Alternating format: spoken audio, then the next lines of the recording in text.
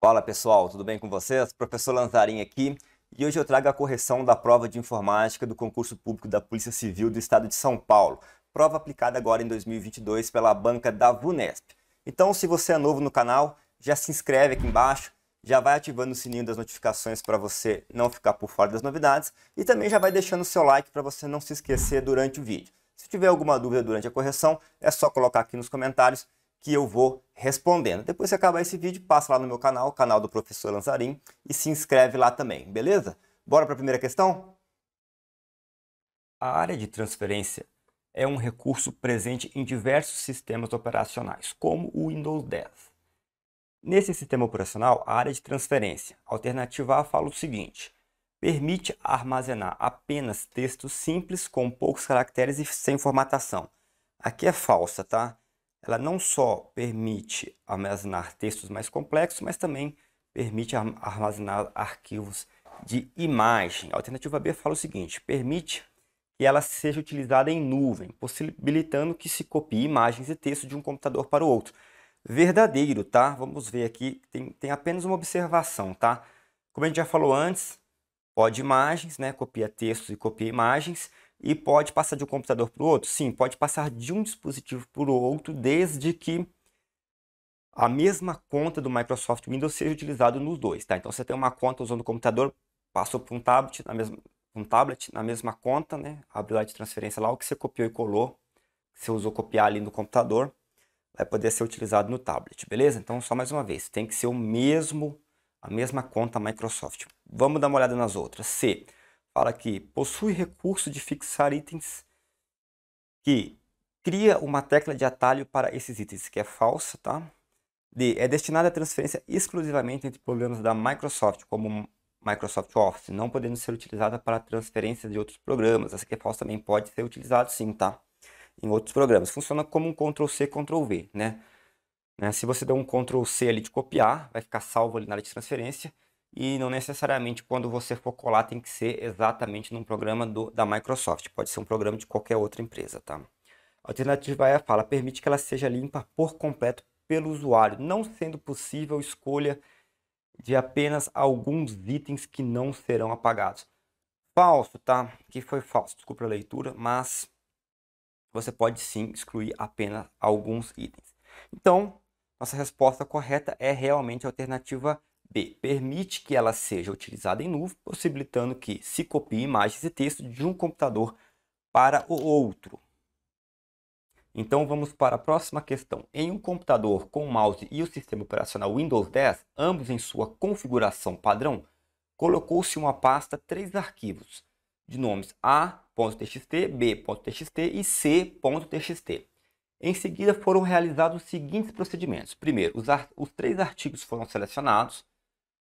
Depois, pressionou o botão direito do mouse com o cursor do mouse sobre A.txt.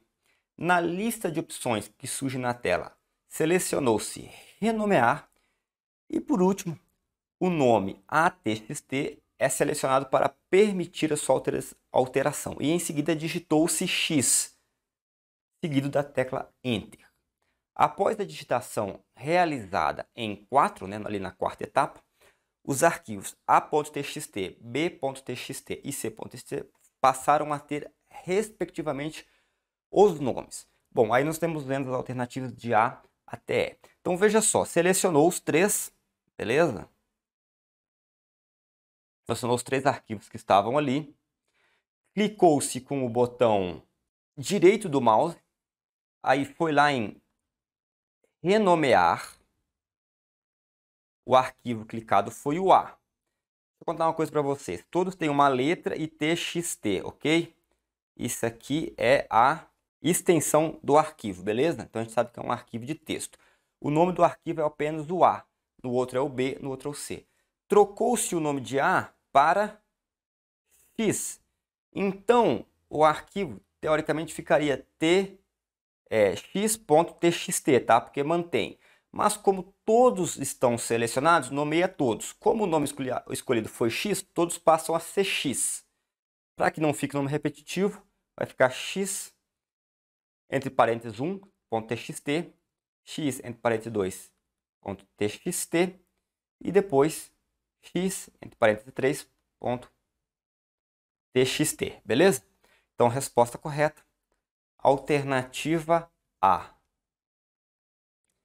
Então, vamos seguindo. Um usuário de um computador com sistema operacional Windows 10 pretende nomear alguns de seus arquivos.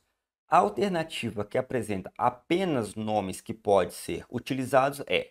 Aí você vê as alternativas de A até E com letras, com números, com caracteres especiais.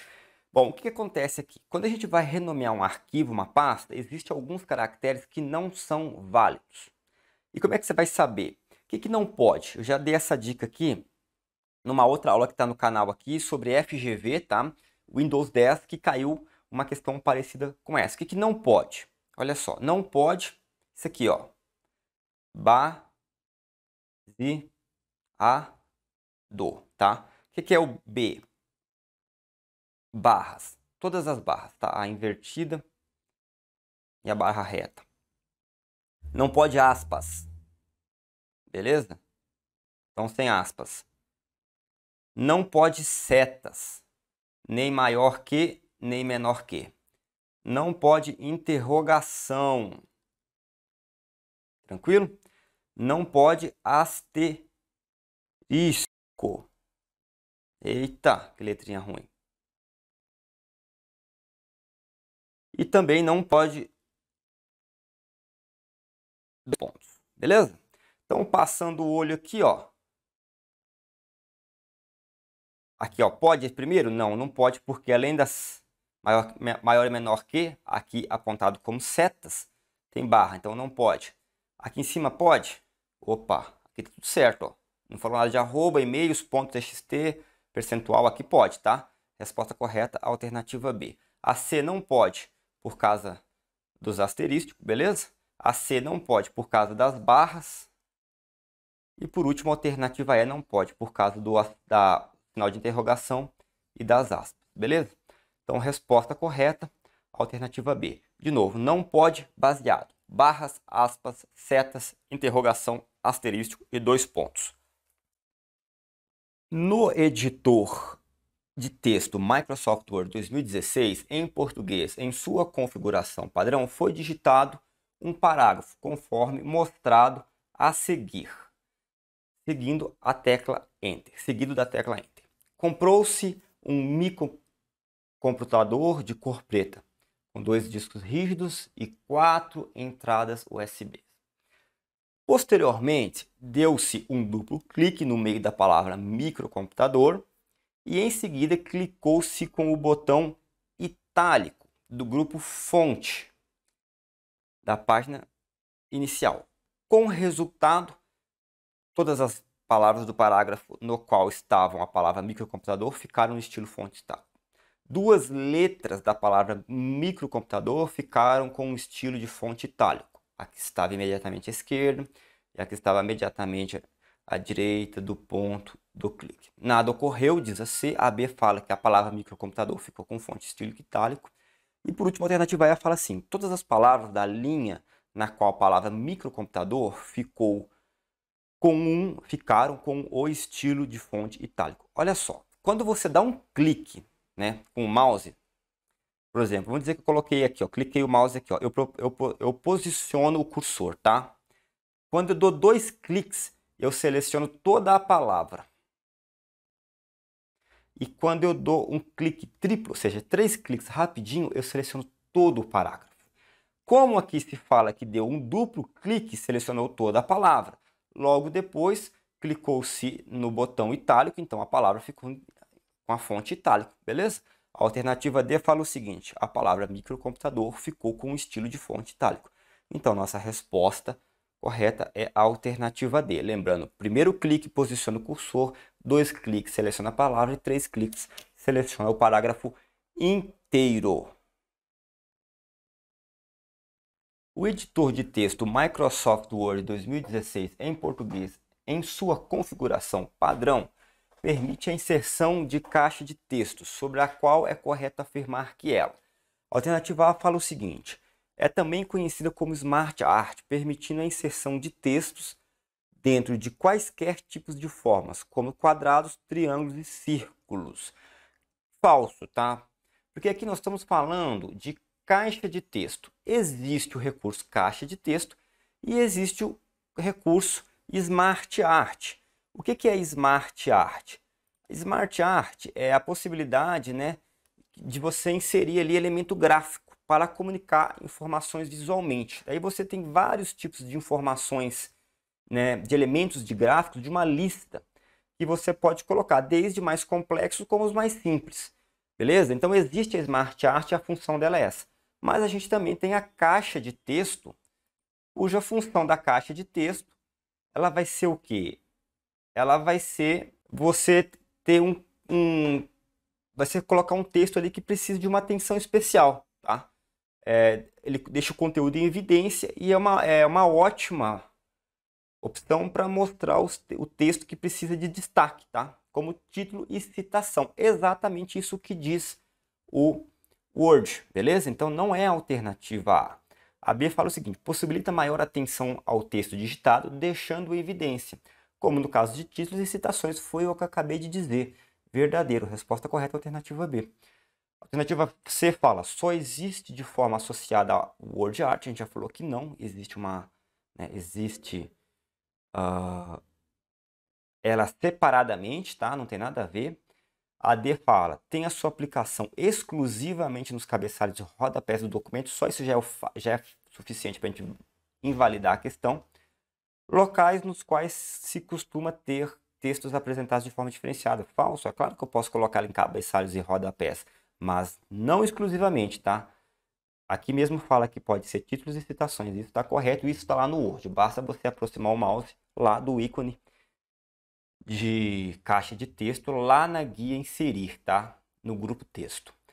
E por último, a alternativa A fala: destina-se exclusivamente a armazenamento de comentários inseridos no documento por meio da guia revisão. Falso, acabei de falar que é inserir grupo texto e não é exclusivamente a comentários, beleza? Então, resposta correta, alternativa B. Possibilita dar uma maior atenção ao texto digitado, deixando-o em evidência, como no caso de títulos e citações. Então, vamos para a sexta questão. Por meio do botão quebras presente no grupo configurar páginas da guia layout do editor de texto Microsoft Word 2016, português configuração padrão, pode-se selecionar diversas opções de quebra. Categorizadas em, veja só, categorizadas. A gente tem diversas opções de quebras, mas elas estão categorizadas em quê? Pela aqui a gente consegue ver que são duas, né? Alternativa A fala em quebras de figura e quebras de texto, é falsa. A alternativa B fala quebras de palavra e quebras de parágrafo, falsa. A C fala quebras de cabeçalho e rodapé, falsa também. D fala documento e arquivo, falsa também. A alternativa E é a correta aqui, ó. Quebras de página e quebras de seção. Resposta correta, a alternativa é. Como vocês podem ver aqui no Word, vamos dar uma olhada lá.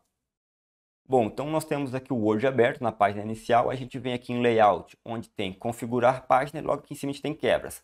Ao clicar para baixo a gente vê duas categorias, a primeira, quebras de página, e a segunda, quebras de seção. Como foi dito na questão, a gente tem várias opções de quebras, né, de página, e elas são categorizadas em duas. Como eu já falei, quebras de páginas e quebras de seção. Vamos dar seguimento aqui à nossa correção. No editor de planilha eletrônica Microsoft Excel 2016, em português em sua configuração padrão, a seguinte planilha foi elaborada apresentando as cores dos itens na coluna A e as quantidades dos itens A, B e C conforme suas cores nas colunas B, C e D.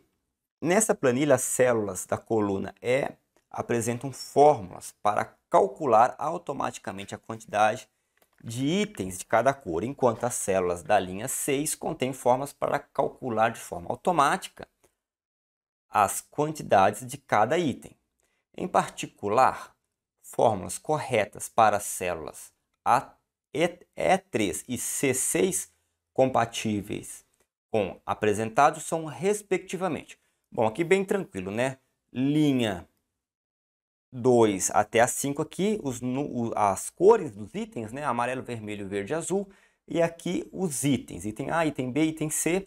Aqui na coluna E soma-se o total por cor, tranquilo? Então nós temos 6 itens da cor amarelo.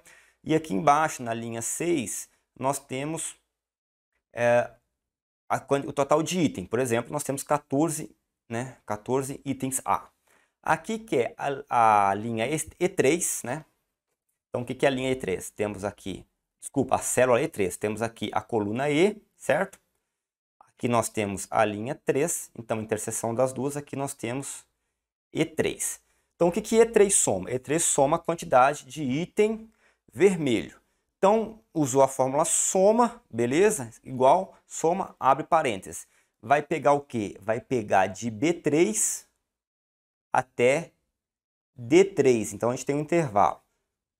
B3 até D3. E aqui, o que a gente vai colocar aqui? Se nós estamos falando de um intervalo, qual que é o sinal que nós vamos colocar? Nós vamos colocar mais? Nós vamos colocar reticências? Um traço? B3 a D3? Não, a gente vai colocar o quê? A gente vai colocar 2 pontos, tá? Toda vez que for um intervalo, que a gente for falar um até, a gente usa 2 pontos. Então, soma de B3 até D3. Só isso é o suficiente para a gente matar a questão, tá? A alternativa C é a correta, porque nós temos aqui o intervalo. Quando a gente olha a C6, vamos lá. Coluna C, linha 6, a interseção das duas é esse 7 aqui. Então, vai ter que somar o quê? Vai ter que somar o item C2 até C5. Beleza? C2 até C5, nós temos aqui os 2 pontos que significa até. Então, só reforçando aqui, nossa resposta correta é a alternativa C de curtir, e você não vai esquecer de deixar o like aqui nessa correção, beleza? No editor de planilha eletrônica Microsoft Excel 2016 em português e sua configuração padrão, uma planilha está sendo editada quando o usuário decidiu alterar o layout de página dessa planilha, visando uma impressão futura na forma desejada. As opções disponíveis para orientação de página de uma planilha do Microsoft Excel 2016 são: alternativa A fala em retrato e paisagem, B fala plana e 3D, C ofício e carta, D larga e estreita, e a alternativa E fala em normal e reverso. Gente, quando nós estamos falando aqui no Microsoft Office, né, de orientação de página, nós estamos falando de 2 coisas. Uma é isso aqui, ó, retrato, tá? Que vai ter uma orientação vertical. Pensa lá na sua foto 3x4, retrato. E nós vamos estar falando também de paisagem, que vai ter ali uma orientação naturalmente horizontal. Pensa quando você vai tirar foto de um lugar, né? Você sobe num lugar alto e quer tirar foto de uma paisagem, beleza? Então é isso aqui, ó, retrato e paisagem. Falou de orientação de página, lembra dessas duas. Resposta correta, alternativa A. Então, seguindo para a próxima questão, temos aqui uma questão sobre e-mail. Assinale a alternativa que contém o endereço válido de correio eletrônico. Aí nós temos as alternativas de A até E. Você percebe que algumas têm arroba ou não e outras têm mais que um arroba. Bom, primeira coisa sobre e-mail. Nós vamos ter o nome do usuário, né, que tem que ser único para aquele servidor. Arroba, e depois nós vamos ter aqui o domínio, né, do servidor, beleza? Então essa é a forma do e-mail. Tem que ter essas 2 partes: usuário e domínio separado por arroba. Então a gente já corta o quê? Alternativa A, porque não tem arroba, alternativa B não tem arroba, e a alternativa E tem 2, o que também não serve, beleza? Então a gente fica entre 2, a C e a D. Existem alguns caracteres no e-mail que só podem ser colocados entre aspas. Entre eles está o parêntese. Então com isso a gente corta a alternativa D.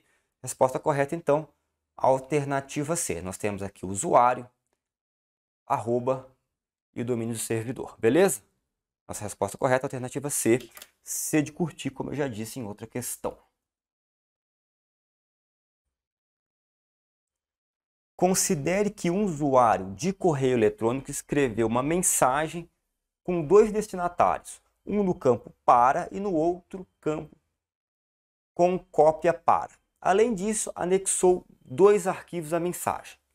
Nesse caso, vamos ver o que diz a alternativa A. Nenhum do destinatário receberá qualquer dos dois arquivos. Olha, não faz o menor sentido. Se você tem a opção de enviar para e com cópia para e coloca os arquivos, por que ninguém vai receber?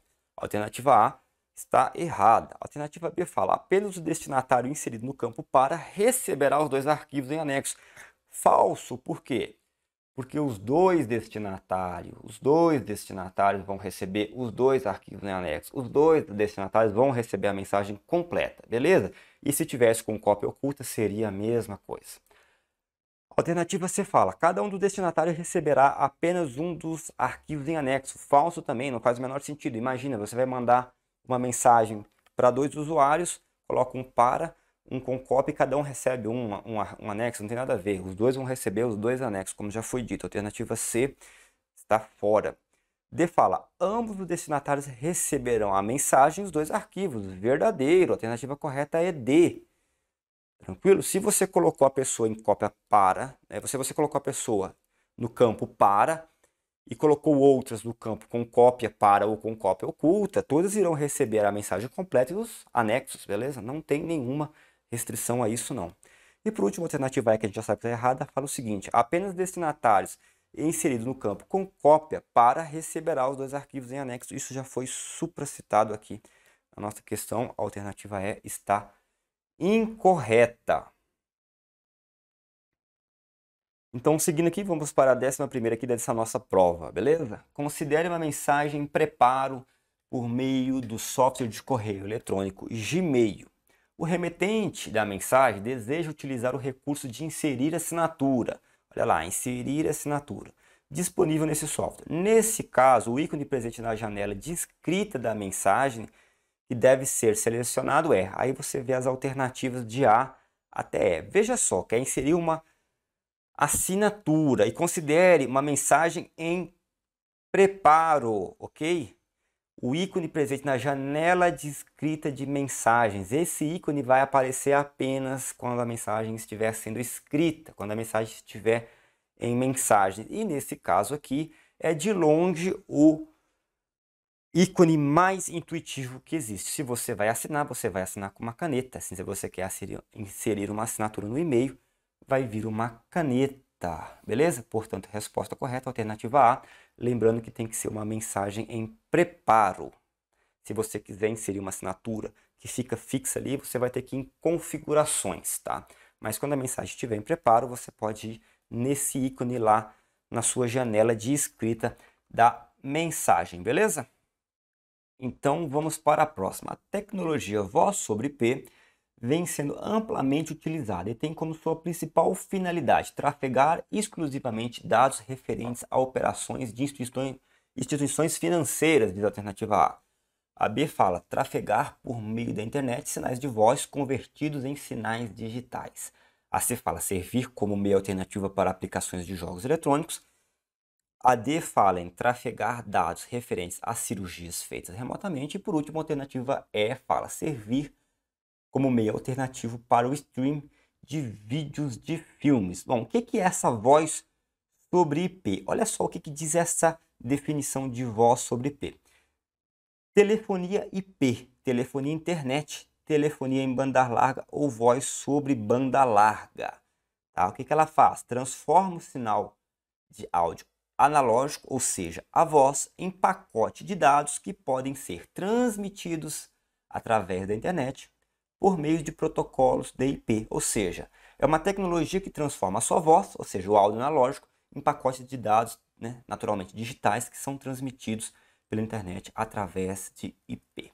Então, olha o que diz a alternativa B, trafegar por meio da internet sinais de voz convertidos em sinais digitais. Diz exatamente a mesma coisa, só que de maneira bem mais sucinta. Então, resposta correta, alternativa B de bola.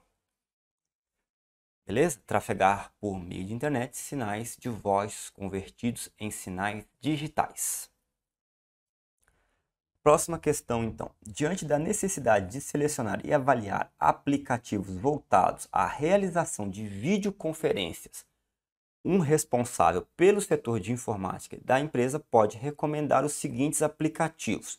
Vamos lá, Safari e Google Meet. Ó, nós estamos falando aqui de quê? realização de videoconferências, aplicativos voltados a videoconferência. Google Meet ele pode, tá? Safari não. Safari é um navegador.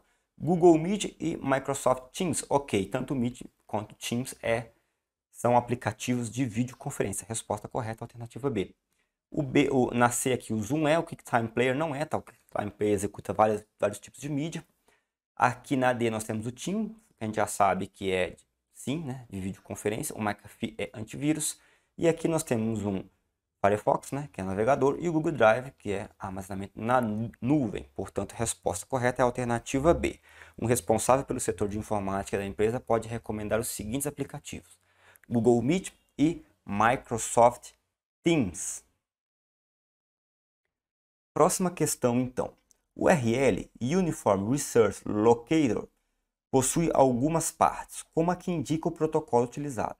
Essa parte é denominada, a alternativa A fala domínio, a B esquema, a C programa, a D parâmetros e por último a alternativa E fala em caminho, tá? A parte que mostra protocolo é também chamada de esquema, tá? Então, ali na nossa questão, esquema e protocolo vão ser mais ou menos a mesma coisa, vão ser a mesma coisa, podemos dizer assim, tá? Então, resposta correta, a alternativa B, é onde o esquema é que mostra qual protocolo vai ser utilizado. Próxima questão. Um dispositivo de segurança muito utilizado para proteger um computador contra acessos não autorizados vindos da internet é o firewall pessoal. Quando esse dispositivo é configurado adequadamente, ele é capaz de alguns tipos de proteção, como a alternativa A fala impedir que programas de e-mail baixem spam. A B fala impedir a execução de programas maliciosos baixados pelo usuário. A C fala impedir que vírus ainda não conhecidos pelo programa antivírus contamine o computador. A D fala bloquear todo o tráfego de saída e liberar todo o tráfego de entrada do computador, bloqueando o acesso a outros computadores e serviços e permitindo que o computador seja acessado por outros computadores e serviços, o que é uma prática de alta segurança. A alternativa E fala analisar continuamente o conteúdo das conexões, filtrando diversos tipos de códigos maliciosos e barrando a comunicação entre um invasor e um código malicioso já instalado. Bom, aqui nós temos uma questão de internet, né? E ela fala aqui sobre firewall, raramente traduzido, mas é uma espécie de parede contra incêndio, uma parede corta-fogo. E qual que é a função do firewall? Como foi falado, o próprio nome diz, ele é uma barreira inicial, uma barreira contra o incêndio. E ele atua ali determinando quais transferências de dados são autorizadas ou não dentro daquela rede que o computador está acessando. Então veja que ele é diferente do antivírus, tá? Ele fica atuando ali, determinando quais transferências de dados são autorizadas ou não dentro da rede, beleza? Ao analisar as nossas questões aqui, a gente percebe facilmente que a alternativa é a que mais condiz com uma, descrição, da função de um firewall. Analisar continuamente o conteúdo das conexões, filtrando diversos tipos de códigos maliciosos e barrando a comunicação entre um invasor e um código malicioso já instalado. Então, portanto, a alternativa correta é a alternativa E. Impedir programas de e-mail baixem spam não tem nada a ver. Impedir a execução de programas maliciosos baixados pelo usuário também não tem nada a ver. Lembrando que ele atua nas conexões. Impedir que o vírus ainda não conhecido pelo programa antivírus contamine o computador também não tem nada a ver. Bloquear todo o tráfego de saída e liberar todo o tráfego de entrada do computador. Bom, nada a ver isso aqui, né? Bloqueando o acesso a outros computadores e serviços e permitindo que o computador seja acessado por outros computadores e serviços, o que é uma prática de alta segurança. Isso aqui está extremamente ao contrário. Nossa resposta correta mesmo é a alternativa E. Analisar continuamente o conteúdo das conexões, filtrando diversos tipos de códigos maliciosos e barrando a comunicação entre um invasor e o código malicioso já instalado.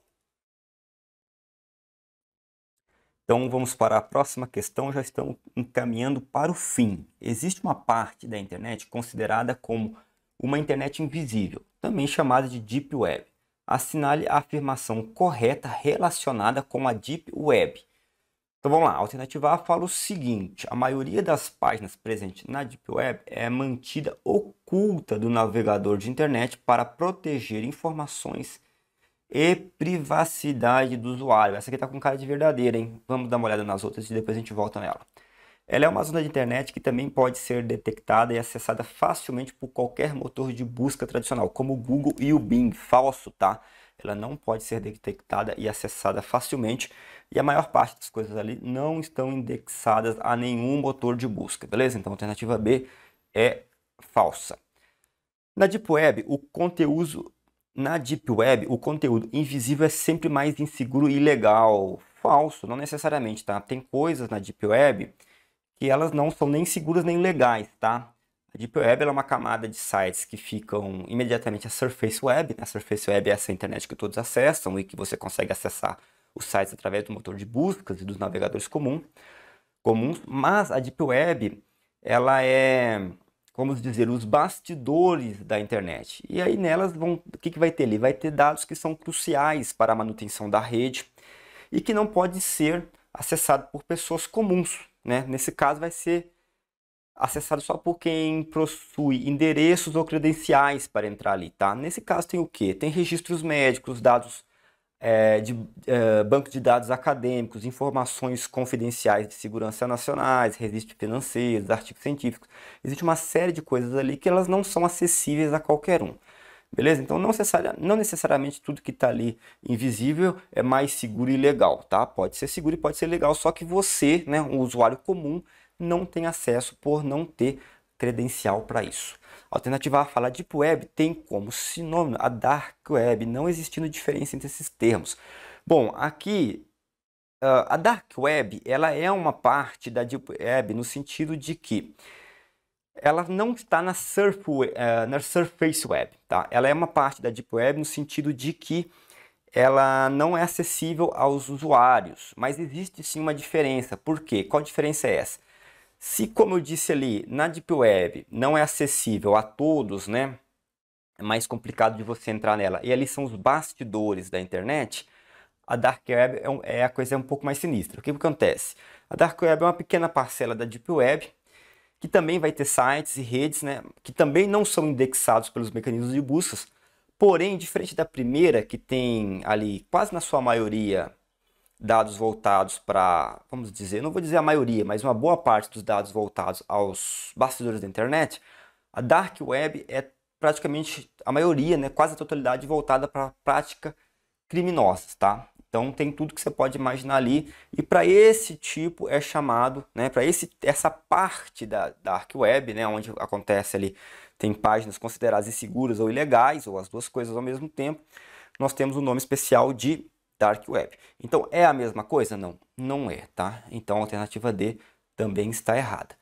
E por último, a alternativa E fala o seguinte: ele é acessado pelos mecanismos de buscas tradicionais, já está errado, a gente já viu sobre isso, e é composta de sites e conteúdos que não são públicos por serem todos ilegais. Bom, aqui está totalmente errado, né? É composta de sites e conteúdos que não são públicos por serem todos ilegais.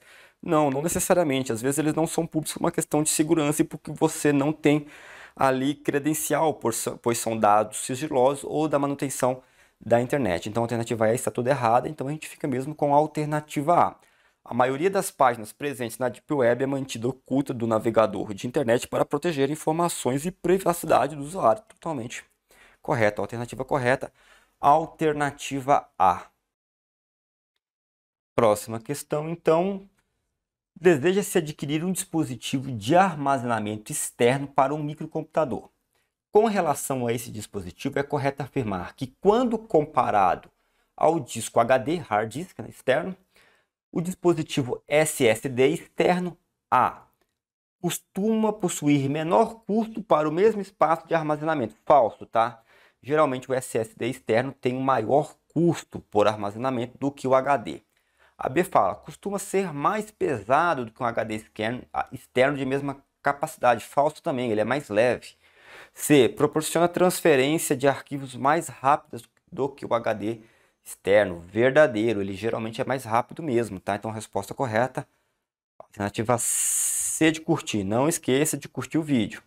É muito importante pra gente. Vamos dar seguimento aqui. Alternativa D fala, tem mais chance de ter um problema de natureza mecânica que um HD externo. Falso também. Problemas de natureza mecânica, né, é mais provável que aconteça no HD, porque o HD tem mais partes mecânicas móveis, tá? Então, geralmente o SSD pode ter uma vida útil menor, mas problema de natureza mecânica é mais provável que aconteça no HD. Por último, a alternativa é possui partes mecânicas para escrita de leitura e dados, ao contrário do HD externo. Nós acabamos de falar algo bem parecido, tá? Essa aqui é falsa. Quem tem partes mecânicas, inclusive partes mecânicas móveis, é o HD externo, porque ele tem ali um disco girando, tá? E ali um braço, tipo um cantilever de disco de vinil que lê as informações nesse disco e tudo isso se movimenta. Ao contrário do SSD, que parece que na verdade é mais um chip mesmo, tá? Sem partes mecânicas móveis. Então, só confirmando aqui, resposta correta, alternativa C. Então, vamos para a próxima. Um usuário de um microcomputador do tipo PC com sistema operacional Windows 10 instalado na sua configuração padrão deseja saber as configurações de hardware desse PC, como processador presente e a quantidade de memória instalada. Para isso basta, a alternativa A fala, clicar com o botão esquerdo do mouse na barra de tarefas e escolher a opção de configurações no menu que se abre. Não, essa aqui é falsa, tá? Você não vai ter essa opção aqui. B fala, pressionar as teclas Ctrl Alt Delete e no menu que se abre, escolher a opção de configurações. Falsa também. Nessa opção aqui você vai poder bloquear o computador, trocar de usuário, entre outras. Alternativa C fala, pressionar as teclas Ctrl e Alt e no menu que se abre, escolher as configurações. Falso, a opção de configuração falso. D fala, clicar com o botão direito do mouse no ícone menu iniciar e escolher a opção Sistema na janela Configuração. Na janela configurações que se abre, isso mesmo, alternativa D, tá? Você vai lá fazer exatamente isso. Você vai clicar com o botão direito do mouse, vai abrir lá uma opção que você vai escolher os sistemas e lá você vai ter informações de armazenamento, de processador, de tela, de som, entre outras. Então, portanto, a resposta correta, alternativa D. Alternativa E fala clicar com o botão direito do mouse na área de trabalho e escolher opções configurações no menu que se abre. Falso também, tá? Só reforçando aqui, clicar com o botão direito no mouse, no ícone do menu iniciar e escolher a opção de sistema na janela configurações que se abre. Então vamos para a penúltima questão aqui da nossa correção. Um tipo de fraude que ocorre na internet denomina-se phishing, que possui como característica. A alternativa A fala o seguinte, a tentativa de descobrir por tentativa e ou erro nomes de usuários e senhas de sites e serviços. Não é isso que o phishing significa, tá? Falso. B fala, o recebimento de uma mensagem não solicitada, simulando uma instituição conhecida que visa induzir o destinatário a fornecer dados pessoais. B, exatamente isso aqui que é o phishing, tá? O que é o phishing? Você vai receber uma mensagem ali que você não solicitou. Essa mensagem, ela chega com uma cara, assim, de ser de uma instituição realmente conhecida, né? Como uma instituição, uma ONG, uma instituição bancária. E ali ela vai pedir alguns dados para que você tenha acesso a alguma informação, como, por exemplo, um extrato, uma doação que você fez ou algo do tipo. Se você preenche ali, aí uma pessoa mal intencionada, através, né, dessa mensagem, consegue roubar os seus dados pessoais, naturalmente, para mau uso, beleza? Então, isso é o phishing. Resposta correta, alternativa B. C fala o envio de mensagem de conteúdo de tipo alarmante ou falso, visando comprometer a credibilidade de entidades citadas envolvidas na mensagem. Isso aqui é falso.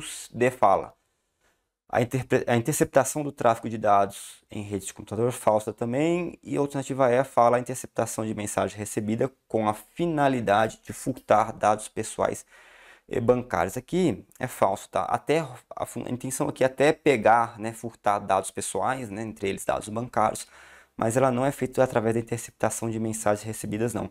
Ela é feita isso aqui, ó, mensagem não solicitada simulando uma instituição conhecida e uma instituição que tem credibilidade, beleza? Então isso é o phishing e tome cuidado aí com seus e-mails e com seus SMS.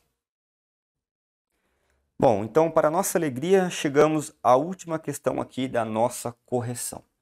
Um tipo de softwares maliciosos denomina-se ransomware que tem como principal forma de atuação, a gente vai falar, enviar mensagens ameaçando o usuário do computador de denúncias às autoridades por prática de pedofilia falsa. Não é isso que o ransomware faz. Ransomware. B fala, inserir na máquina invadida arquivos de conteúdo sexual falso. Também, nada a ver. C. Excluir da máquina invadida todos os arquivos com extensões de PDF e doc. Nada a ver também. D. Enviar milhares de mensagens a usuários desconhecidos, tendo como remetente o e-mail do usuário da máquina invadida. Falso também. E por último, a alternativa é criptografar arquivos na máquina invadida e posteriormente fazer pedido de resgate para a liberação desses arquivos. Exatamente isso. Quer saber o que é o ransomware? É exatamente o que está escrito aqui na alternativa E, tá? O ransomware ele é um tipo de malware de sequestro de dados. Ele é feito por meio de criptografia e ele vai usar os dados, né? Ele vai usar ali como reféns os dados, os arquivos pessoais da vítima. E vai cobrar o quê? Vai cobrar um resgate para restabelecer o acesso a esses arquivos. Geralmente o resgate é cobrado em criptomoedas, beleza? Então é isso aí. Resposta correta, alternativa E. Então por hoje é isso, pessoal. Espero que vocês tenham gostado do vídeo. Não esquece de deixar seu like, se inscrever se não for inscrito. E como eu já disse, se tiver alguma dúvida é só colocar aqui embaixo nos comentários. Agora que acabou esse vídeo, você pode passar lá no meu canal do Professor Lanzarin, e se inscrever lá também, beleza? Até a próxima!